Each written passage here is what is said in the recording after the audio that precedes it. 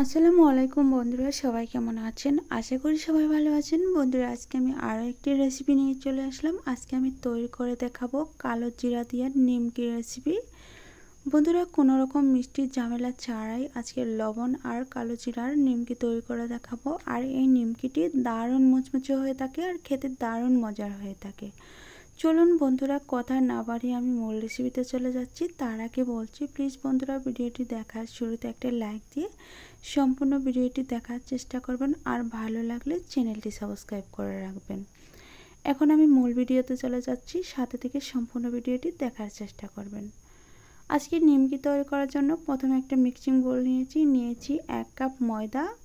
বন্ধুরা, আপনারা চাইলে প্যাকেটের আটাটাও ইউজ করতে পারেন, তবে ময়দা দিয়ে বানালে দারুণ মুচমুচে হবে। তারপর দিয়ে দিচ্ছি স্বাদ মতো লবণ, তার সাথে দিয়ে দিচ্ছি 3 টেবিল চামচ রান্নার সয়াবিন তেল।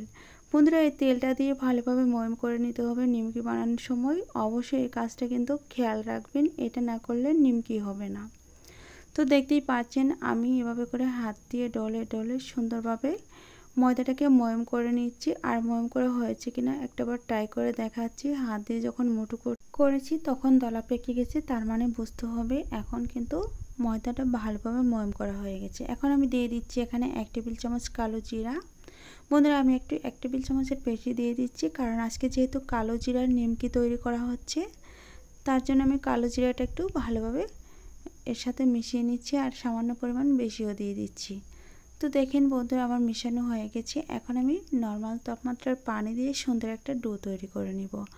আমরা যেমন রুটি বানানোর সময় ডো তৈরি করে নিই, ঠিক সেইভাবে একটা ডো তৈরি করে নিতে হবে। একেবারে নরমও না, আবার অতিরিক্ত শক্তও না, এমনই একটা ডো তৈরি করে নিতে হবে। একটু দেখে বুঝে নেওয়ার চেষ্টা করবেন আমার ডোটা আমি কিভাবে তৈরি করে নিয়েছি, তাহলে আপনারা বুঝতে অনেক বেশি সুবিধা হবে। তো এভাবে মেখে মেখে আমি ডোটাকে তৈরি করে নিয়েছি। দেখেন ডোটা কেমন শক্ত হয়েছে আর কতটুকু নরম হয়েছে।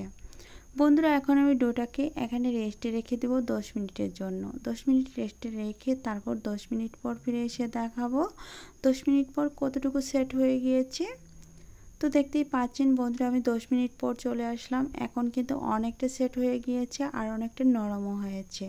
বন্ধুরা, এখন আমি হাত দিয়ে হালকা একটু ডলে নিব, ডলে ডলে মিশিয়ে নিব। মিশিয়ে নেওয়া হয়ে গেলে তারপর আমি এই ডোটুকুকে মাঝখান দিয়ে দুটি ভাগে ভাগ করে নিব। ভাগ করে নিয়ে একটা ভাগ দিয়ে আমি রুটি বানিয়ে নিব, অন্য একটা ভাগ আবার আমি একটা প্লেট দিয়ে ঢেকে রাখবো। দেখেন আমি দুটি ভাগে ভাগ করে নিয়েছি। এটা আমি সাইড করে রেখে তারপর অন্য ভাগটা একটা বোর্ডের উপর তুলে নিচ্ছি রুটি তৈরি করে নেওয়ার জন্য। আর রুটি তৈরি করার আগে একটু গোল করে নিচ্ছি, যাতে করে রুটিটা গোলাকার হয়ে থাকে।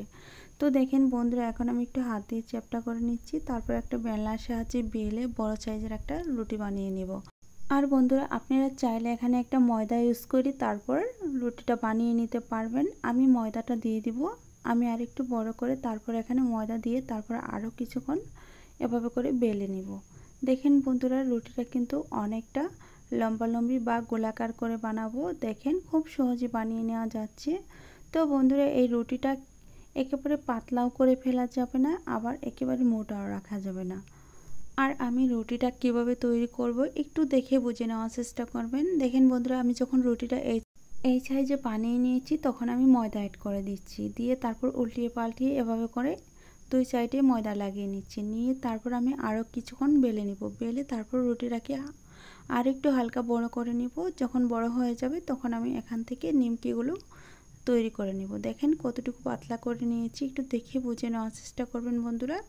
তারপর রুটিটা বানানো হয়ে গেছে। এখন আমি দিয়ে দেব উপর দিক দিয়ে একটু তেল। এখানে দিয়ে দিচ্ছি রান্নার সয়াবিন তেল। আপনারা চাইলে ঘি দিতে পারবেন, তবে ঘি দিয়ে বানানোর কোনো প্রয়োজন নেই, তেল দিয়ে বানালেও নিমকি দারুণ সুন্দর হয়ে থাকে। তারপর আমি হাত দিয়ে এভাবে করে ব্রাশ করে নিচ্ছি। আপনারা চাইলে ব্রাশের সাহায্য করে নিতে পারবেন। নেওয়া হয়ে গেলে এখানে আমি তেলের উপর ছিটিয়ে দিচ্ছি ময়দা। এভাবে করে ময়দা ছিটিয়ে দিলে যখন আমি নিমকিটাকে ভাজ করব তখন একটা একটা লেয়ার আলাদাভাবে রয়ে যাবে, তা না হলে এক হয়ে যাবে। অবশ্যই ময়দাটা দেওয়ার চেষ্টা করবেন। এভাবে করে ময়দা দিয়ে উপরে তেলটাকে শুকিয়ে নিতে হবে। দেখেন আমি কিভাবে দিয়ে দিচ্ছি। এখন আমি একটা বয়ম দিয়ে নিমকিগুলো শেপ দিয়ে দিব। বন্ধুরা, আমি গ্লাস দিয়ে দিতে পারতাম, গ্লাসের সাইজটা একেবারে ছোট, যার জন্য আমি একটা এরকম সাইজের বয়ম দিয়ে দিচ্ছি।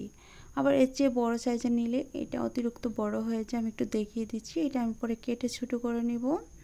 তারপরেও দেখিয়ে দিচ্ছি, দেখেন কত বড় হয়ে যায়। তার জন্য আমি বয়মের মুখা দিয়েই করে নেব। তো এভাবে করে সবগুলো নিমকি এক সাইড থেকে কেটে কেটে দেখিয়ে দিচ্ছি। খুব সহজে এগুলো তুলে নেওয়া যাচ্ছে।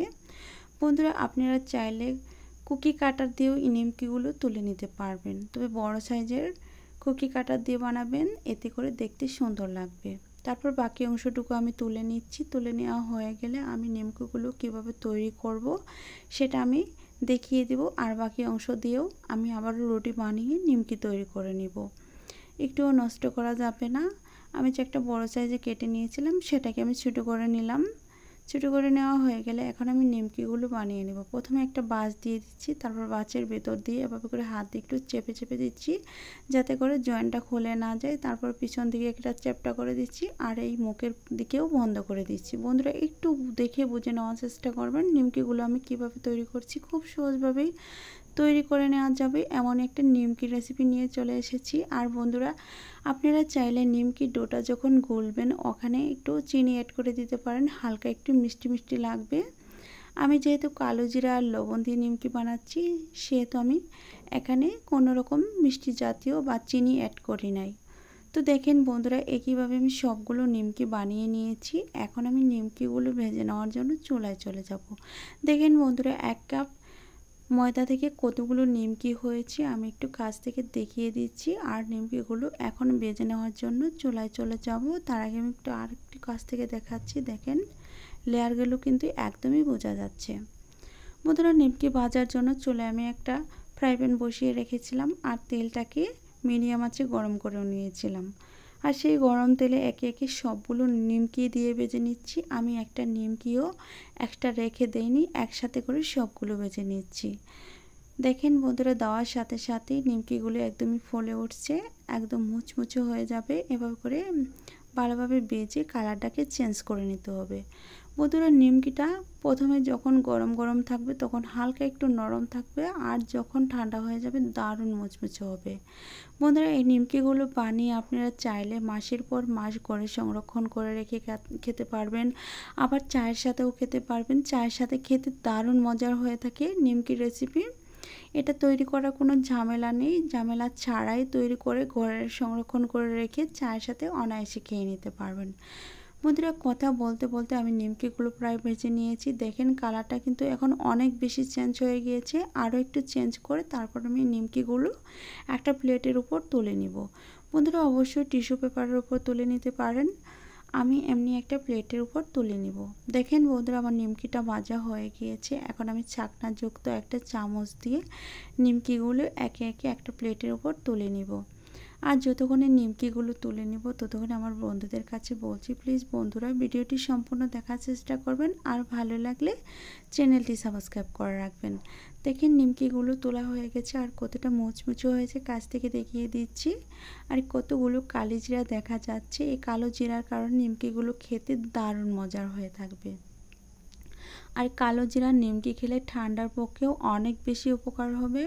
তো বন্ধুরা সবগুলো নিমকি একসাথে করে নিয়ে চলে এসে দেখাবো। দেখেন বন্ধুরা নিমকিগুলো কতটা সুন্দর হয়েছে আর 1 কাপ ময়দা থেকে কতগুলো নিমকি হয়েছে। বন্ধুরা এভাবে করে নিমকি বানিয়ে আপনারা ঘরে সংরক্ষণ করে রাখবেন অনেক দিন যাবত। বন্ধুরা আজকের রেসিপিটি কেমন হয়েছিল অবশ্যই কমেন্টের মাধ্যমে জানিয়ে দিবেন, আর ভালো লাগলে চ্যানেলটি সাবস্ক্রাইব করে রাখবেন। তার সাথে পাশে থাকা বেল বাটনটি অন করে রাখবেন আমার চ্যানেলের ভিডিও সবার আগে পাওয়ার জন্য। বন্ধুরা এখন আমি নিমকিগুলো একটু ভেঙে দেখাবো, আর যতক্ষণে ভেঙে দেখাবো ততক্ষণে আমি বিদায় নিয়ে নিচ্ছি। আজ এ পর্যন্তই, ভালো থাকবেন, সুস্থ থাকবেন, আল্লাহ তাআলার কাছে এই কামনা করে বিদায় নিচ্ছি। পরবর্তীতে আবারও নতুন কোনো রেসিপি নিয়ে দেখা হবে। ততক্ষণে সবাই অনেক বেশি ভালো থাকবেন, অনেক বেশি সুস্থ থাকবেন। সবার কাছে বিদায় নিচ্ছি। খোদা হাফেজ।